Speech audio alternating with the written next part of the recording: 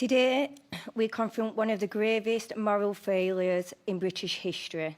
For decades, children across the United Kingdom, from as young as 4 years old, were groomed, trafficked, raped, beaten, tortured, drugged, impregnated, criminalised, murdered, and psychologically destroyed by organised groups of men and women. These were not relationships, bad choices, or lovesick teenagers, nor were they prostitutes or little white slags. These were sustained campaigns of exploitation against children who were terrified, vulnerable, and systematically trapped. Children were degraded, they were humiliated, they were controlled through violence, threats, drugs, alcohol, and terror. Children forced to carry weapons, sell drugs, and commit murder. They were forced to dig their own graves, petrol poured over them and set on fire, scriptures from the Quran read out whilst they were being gang raped. Young children placed inside microwaves, ovens, and freezers in an attempt to murder them. Ouija boards used to call on spirits and demons, animals killed, and using sexual acts against children, and children forced to abuse and rape other children. Many were passed from rapist to rapist like a piece of meat. Some did not survive their exploitation: suicide, substance abuse, and murder. This was never just about sexual gratification or money. It was about power, about domination, about breaking a child's sense of self until they believed escape was impossible and help would never come. Years later, they were told by professionals they must take medication or their children could be removed from their care. If they spoke publicly, they would lose custody. Victims were told they are too damaged by their trauma to care for their own children.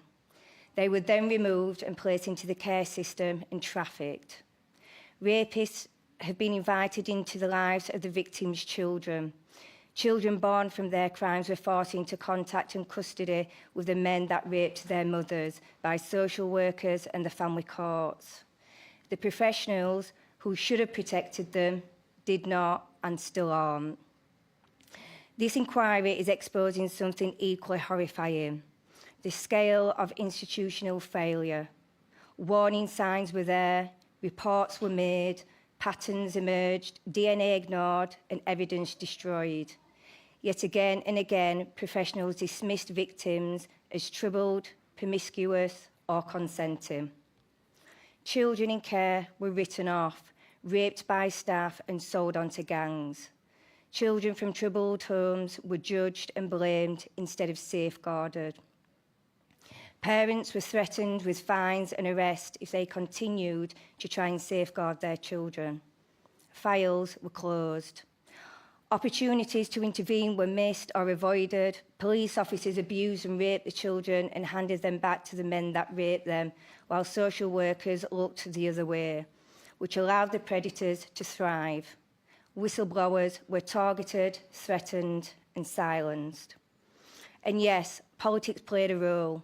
Political parties sacrifice children for votes. When leaders hesitate to confront abuse because the issue is uncomfortable, children pay the price. Far too many children paid the price because people didn't want to be called racist or Islamophobic. This inquiry will not hesitate. We will follow evidence wherever it leads, into institutions, into systems, into cultures of silence, and into any place where truth has been buried. No race, religion, profession, no agency, no office is beyond scrutiny. To the survivors, you were children. You were not to blame, you were failed. This country should have protected you, and it did not. The true scale of what has happened and is still happening is far too large for our inquiry and will take many years to unravel. The majority of victims and families may never receive any form of justice, but that does not mean that we as an inquiry cannot be ambitious enough to try. I would like to thank MP Rupert Lowe for setting up the inquiry when our own government refused. my team for all their hard work. It's been a hard and emotional journey, and one we are still on. But more importantly, I would like to thank every participant that has worked with us and will continue to work with us after the hearings. The strength, determination and bravery of survivors of this evil crime never fail to amaze me.